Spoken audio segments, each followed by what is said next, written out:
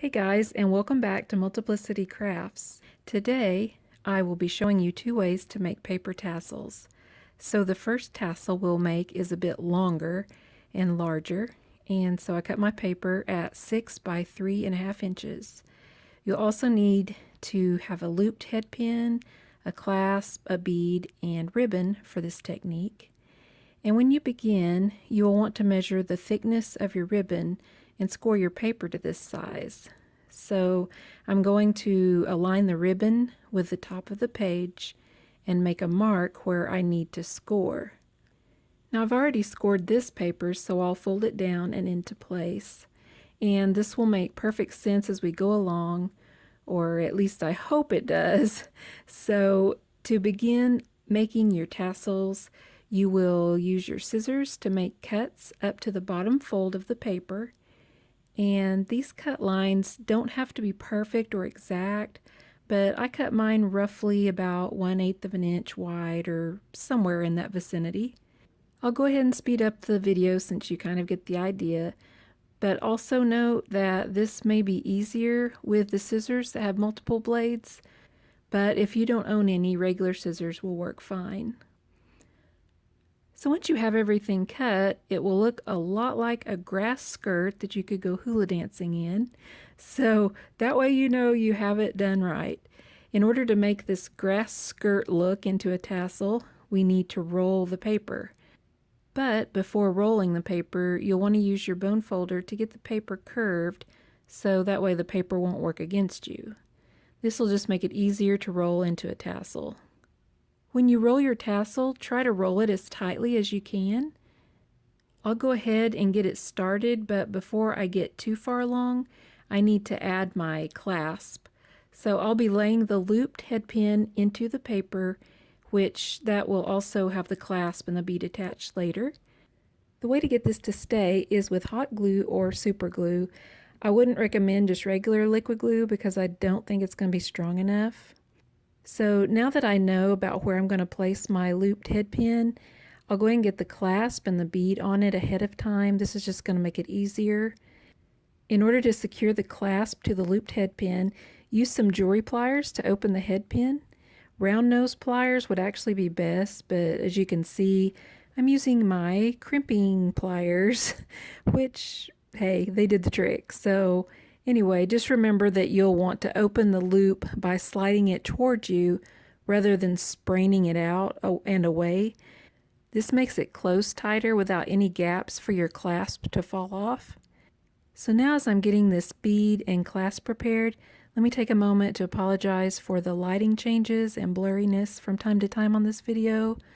It was filmed on my phone, and we do have a new camera, but I'm still learning how to use it, so hopefully we'll have some crisper videos coming up soon.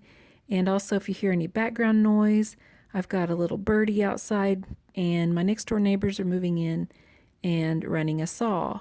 Awesome! So once everything is in place, it's safe to glue it onto your paper at the top of your tassel. Again, you'll want to use either hot glue or super glue to make sure everything stays in place. And the glue gun that I'm using is the Sure Bonder brand, and I absolutely love it because of the precise tip on the end. It gets into those little small places. It's also great because it has an on-off switch, and it doesn't fall over and faint every time I try to sit it down because it has a really sturdy base. It sits real nicely. So it's really awesome because it also doesn't drip glue in between uses. So yeah, it's a great glue gun. If you need a glue gun, that would be a recommended brand. So I'll try to find a link for you to that glue gun and put that down below.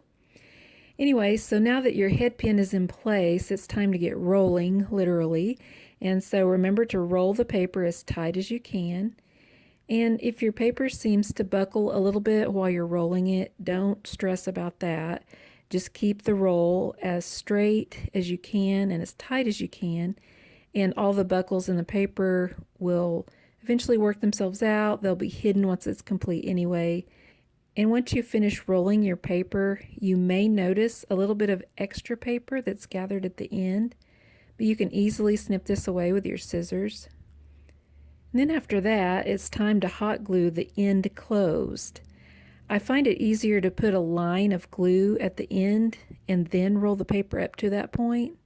And if a little bit of the glue oozes out, it's not a big deal because we're going to be covering the top of it with ribbon anyway. And since this fold is 2 layers of paper, essentially, don't forget to glue that second layer down too, and that way everything's nice and flat for when we're going to put the ribbon on. And again, that's where this precision tip on the glue gun comes in very handy. You can get into those little small places. When adding the glue for the ribbon, you'll want to spread the glue with the nozzle of the glue gun. That way the glue isn't so thick and noticeable under the ribbon. It kind of makes a thin layer. And you'll want to make a few rotations around the top of the tassel with the ribbon so that your ribbon is thicker and not see-through, basically. And when you get to the end of the ribbon, simply hot glue it down and into place. At this point, you want to be careful with the amount of glue that you use because it is almost impossible to get dried hot glue off of satin ribbon. But again, if a little oozes out like it did on mine, don't worry. We're going to finish it off with some flat back pearls anyway. Not only do the pearls look cute, but they can hide any mistakes. So here is the completed tassel with all of the pearls in place. Now on to the smaller tassel. We'll be using a paper strip cut at 6 by 2 inches, as well as baker's twine, washi tape, and a bead. You'll begin this smaller tassel just as you did the larger tassel by measuring the thickness of your washi tape. So once that's measured, you can score the line where you need to fold.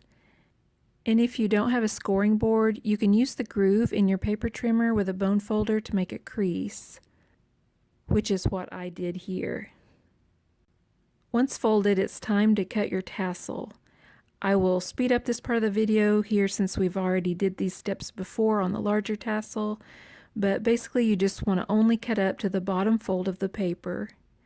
And after you get the little grass skirt look like we talked about, you'll want to be sure to use your bone folder on the edge of the paper, or you can even use the side of your table to begin to curve the paper into the right direction.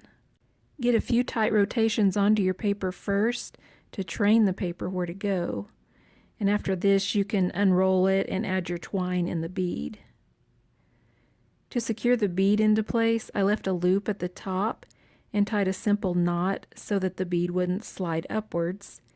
And then I also tied the bottom tails of the baker's twine into a knot so the bead wouldn't move or fall downwards and off the twine. So that way the bead is perfectly suspended there where I need it.